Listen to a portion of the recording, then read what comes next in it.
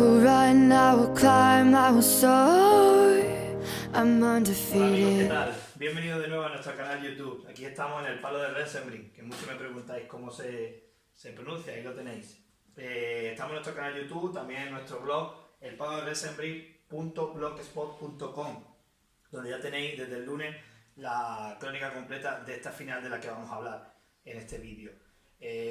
Vamos a hablar en concreto de la final de 1980 en la NBA. Vamos a hacer una retrospectiva de lo que fueron los años 80, esa época dorada del baloncesto americano, en la que muchos de nosotros nos enganchamos a este noble deporte. Primero vamos a ver de dónde veníamos. Veníamos de una NBA en la que en los años 70 no había habido una franquicia ganadora, una franquicia que dominara, una dinastía como tal, y muchos equipos consiguieron su primer campeonato, como por ejemplo Seattle Supersonics, Portland Trail Blazers, Washington Bullets. A ellos se sumaba un conflicto bastante gordo con la ABA, que para muchos es desconocido, pero existió una liga paralela a la NBA en la que se fugaron muchos talentos, entre ellos por ejemplo el Dr. J, Julius Erving, y eso creó un cisma bastante importante y una debilitación muy fuerte de la liga. Entonces, en este contexto, en 1980 la NBA necesitaba nuevos valores y necesitaba un nuevo impulso, y ese impulso lo dio el señor Magic Johnson. No solamente él, sino otro gran elemento de esta época que va a salir repetidamente en los próximos vídeos, Larry Bird. Esa rivalidad Bird-Johnson, Lakers-Celtic, va a revitalizar la liga y la va a poner mucho mayor calibre y mucha más importancia en el mundo tal y como ahora mismo lo conocemos. ¿Dónde estamos? 1980. Apenas 38 años. No vamos a ir para atrás. En esta final tenemos a los Lakers de Los Ángeles contra los Philadelphia 76ers. Vaya dos clásicos, ¿no? Los Lakers vienen de eliminar a Phoenix Suns y a Seattle Supersonics con una ronda menos, puesto que en esa época el campeón de la liga regular estaba exento de la primera ronda. Y los Sixers vienen de eliminar a Washington Bullets, Atlanta Hawks y Boston Celtics, no Boston, que por cierto hablaremos en el próximo capítulo con Larry Bird, que a punto estuvo de crear este primer duelo mítico en esta primera final del 80. Bien, los Lakers, a pesar de todo el glamour que ahora mismo ya conocemos, desde muchísimos años, recordad que estamos en el principio de esa época. Es decir, hasta ese momento solamente habían ganado un anillo en Los Ángeles, que fue en el 72, y lo anterior había sido en su anterior ubicación en Minneapolis. Con lo cual estamos ante el nacimiento de lo que fue esa dinastía Lakers y sobre todo la cultura del Showtime, con Magic Johnson a la cabeza. Y unos Sixers que hasta el momento eran un poco segundones, puesto que habían perdido la final del 76 con Portland y estaban en su segunda final como Philadelphia 76ers, habían ganado previamente en el 67 como Philadelphia Warriors. Los Sixers también perdieron esta final. Bueno, no quiero hacer un poco de spoiler porque más adelante lo vamos a ver muchísimo más. Bien, seguimos avanzando y en esta serie la verdad que fue una gran final. Fue una gran final. Aquí abajo se ven imágenes, no las puedo mostrar todas por derecho de imagen, pero si el que quiera visitar YouTube el vídeo, una serie espectacular y un partido final el sexto partido, sin duda para recordar muchas veces, todas las veces que queréis verlo. La serie empate a 2, al mejor de 7. En el quinto partido, Kareem Abdul-Jabbar se sale con 40 puntos, da la victoria a su equipo, pero se lesiona.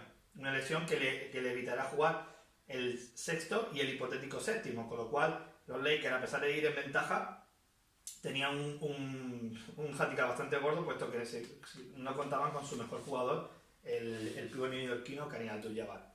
Entonces nos situamos en el sexto partido, es en el Spectrum de Filadelfia, conocido también por la película de Rocky, y también se rodó allí. Y bueno, vamos a analizar un poquito lo que eran los Lakers de esa época.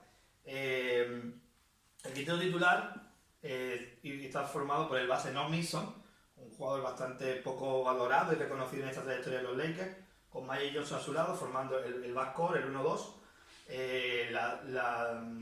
el dúo de aleros, Jamal Wilkes, otro jugador que enorme en la historia de Lakers y que tampoco ha sido muy reconocido, y Jim Jones, el ala pívot. Y su gran estrella, su MVP, Kareem Abdul-Jabbar. Importantísimo y clave en una época en la que recordamos que todavía no existía la línea del triple. Con lo cual, tener un center bueno, como Jabbar, como anteriormente Russell, Chamberlain, Willis Reed, era fundamental en este juego. Luego, en la línea de triple, sin duda, cambió y hizo que el juego evolucionara a posiciones mucho más exteriores. Los Lakers, ¿cuáles eran sus claves? Pues una primera, como he dicho, colgado de Jabbar, jugador más importante, referencia y generador de muchísimos juegos desde el poste bajo, en buenas asistencias, cuando recibía las ayudas en doblando los marcajes, sabía sacar muy bien el balón, jugador total, pasaba por sin duda de los 5 mejores jugadores de la historia de la NBA, sin ninguna duda. La irrupción de Magic, un novato, un rookie en el año 80, Earvin Magic Johnson, campeón universitario, que de alguna forma entró en el equipo de puntillas, poco a poco adaptándose a los veteranos, a Jabbar, a Nixon, a Michael Cooper, y poco a poco fue tomando protagonismo hasta este mencionado partido, el sexto partido de la final, que os recuerdo que tenéis la crónica en mi blog, una crónica mucho más avanzada de lo que fue ese partido, y nosotros nos centramos un poquito en aspectos mucho más globales. Y por último, quizás el detonante, el momento en que empezó todo. La lesión de Jabbar genera un cambio táctico. Un cambio táctico nunca visto antes en la NBA, que ni te diría ni en el baloncesto mundial. El entrenador, que no lo habíamos mencionado antes, Paul Westhead, también poco valorado de esa época, decidió hacer un cambio. Y entonces, ante la baja de Jabbar, puso a Magic como 4, a Jim Jones como 5, y pasarían a jugar sin pivots. El juego moderno del small ball, de los 4 abiertos. Aquí tuvimos el primer ejemplo. Entonces Magic, la gente dice, Magic jugó de 5. Técnicamente no es así. Jugó desde posiciones interiores, a veces, muy pocas veces de espaldas al aro, pero como un gran generador de juego desde el poste alto. Esa táctica sin duda desconcertó a los Sixers porque es que era la primera vez que se hacía eso. Y casi no sabía ni quién tenía que marcar a Magic, quién tenía que marcar a Jones, quién iba a defender a Dawkins. Fue todo tan precipitado, tan sorpresivo, que nadie pudo adivinar esa táctica. Bueno, hemos hablado de los Lakers, también hablamos del banquillo, poco utilizado sin duda por Westhead, pero teníamos unos buenos elementos, sin duda. Michael Cooper, otro jugador muy importante del año 80, un alero tirador buenísimo. Los bases quizás se utilizaba menos, Bond, Holland, Burns, y las rotaciones eran bastante cortas, entre 7, 8, como mucho 9 no llegaba. Spencer Haywood, el otro pivot, y Matt Landsberger, el pivot blanco, eran de los más utilizados, pero ya te digo, sin duda la rotación era bastante corta, de entre 8 y 9 jugadores. Hemos hablado muy poquito de puntilla, hemos pasado por los Sixers. Más adelante lo analizaremos mucho más. Estarán en la final del 82 y también en la del 83. O sea que paciencia. Como aperitivo, hablamos del quinto titular. Mo Cheeks, otro histórico de los Sixers como base. Lionel Hollins, que luego fue entrenador también en la NBA. Por supuesto, el Dr. J, Julius Erving, Caldwell Jones y el Gorilla Dawkins como center titular, como 5 puros. Bueno, llegado a este punto, yo recomendaría que leyerais la crónica, pero también os voy a hacer un poquito de spoiler. ¿El spoiler cuál es?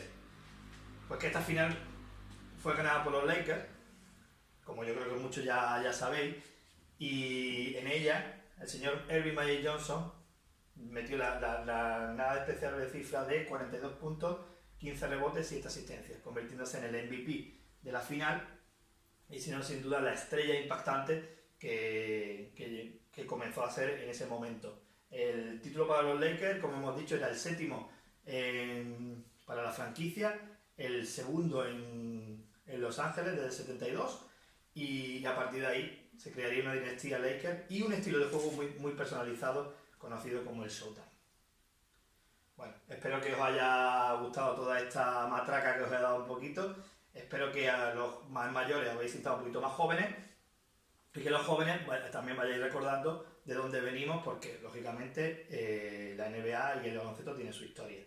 Bueno, os emplazo la semana que viene para que sigamos viendo un nuevo capítulo de tanto en el blog como aquí en el canal YouTube de la época de los 80 en la NBA. Si el otro día hablábamos de la 1980, iremos un pelín más adelante, en 1981, donde conoceremos, al igual que hoy hemos conocido a Magic Johnson, os presentaré a un tal Larry Bird que va a hacer la delicia de todos vosotros. Nada más, gracias a todos por el seguimiento, no olvidéis darle al me gusta, suscribiros al canal si os ha gustado, que es totalmente gratis, y nada, nos vemos la semana que viene. Un abrazo, cracks.